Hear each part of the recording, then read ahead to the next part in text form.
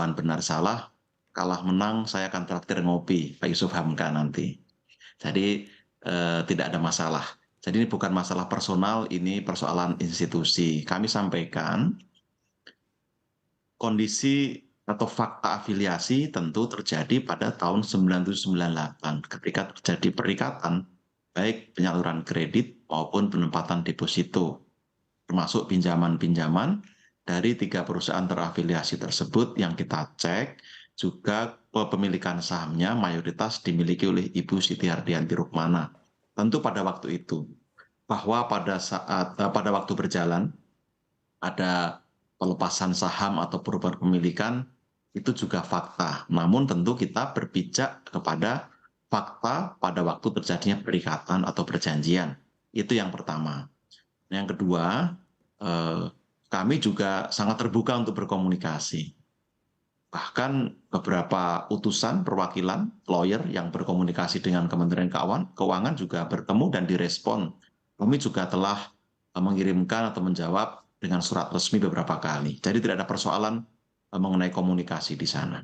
Nah, kami juga sebenarnya ingin mendalami, mungkin supaya jelas, agar Ya, tidak mengenai personal bukti-bukti tentang Pak ya. Justinus seperti apa? Mengenai bukti-bukti begitu ya bahwa ada afiliasi antara Bank Yama dan juga CMNP sendiri yang dimiliki oleh Kementerian Keuangan karena sekali lagi tadi dibantah oleh Bapak Yusuf Hamka, Pak Justinus. Ya, nanti bukti tentu dapat kita tunjukkan karena waktu itu berdasarkan dokumen BPPN jelas ada pernyataan, ada dokumentasi terkait kepemilikan dan afiliasi tersebut. Jadi nanti itu dibuktikan saja ketika pemanggilan oleh Satgas BLBI bisa dilakukan klarifikasi oleh Ibu Siti Hardianti Rukmana. Terkait Pak Yusuf Hamka, kami juga mohon nanti bisa diperjelas, bahkan CNBC bisa menanyakan kedudukan hukum beliau. Sejauh kami cek dalam struktur pemegang saham, komisaris maupun direksi, nama Pak Yusuf Hamka tidak ada di PT CMNP. Oke. Yang pernah kami terima adalah beberapa lawyer atau kuasa yang mengurus ke Kementerian Keuangan. Jadi mohon dapat dipastikan juga agar tidak personal, Ya, seolah-olah baik. ini Kementerian Keuangan versus Yusuf Hamka, padahal Ya. kami berperkara dengan PT CMNP dan Ya. beberapa afiliasi.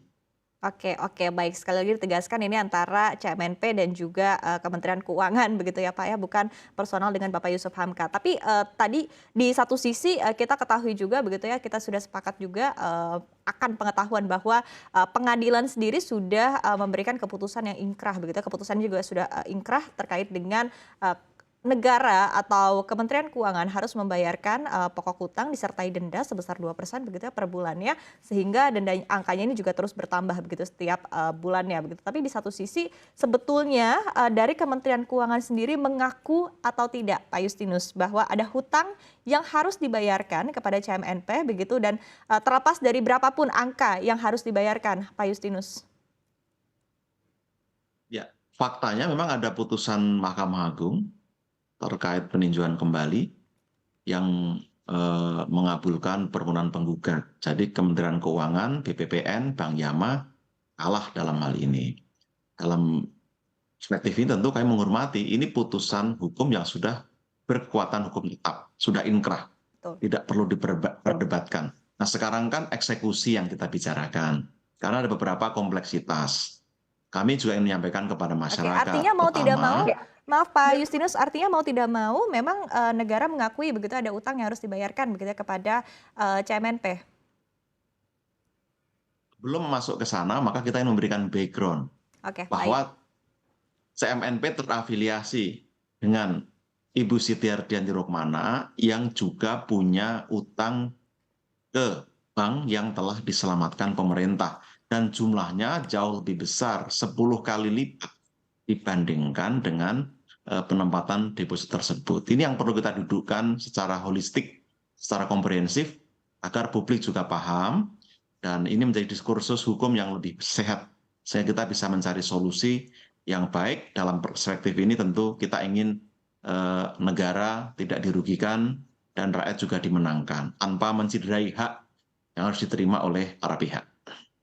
Oke, baik. Tapi tetap saya kembali lagi ke tadi pertanyaan saya begitu Pak, Justinus, artinya memang negara mengakui ya ada hutang yang harus dibayarkan, terlepas tadi sekali lagi negara juga terus mengusut seperti apa, tadi, yang kewajiban yang harus dibayarkan oleh obligor BLBI begitu Pak Justinus?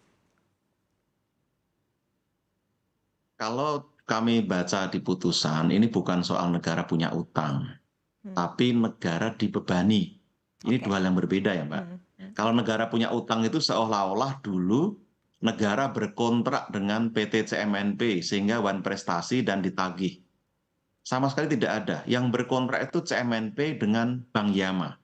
Bank Yama itu gagal bayar, bank beku kegiatan usaha, lalu masuk BPPN untuk dilakukan proses pemberesan.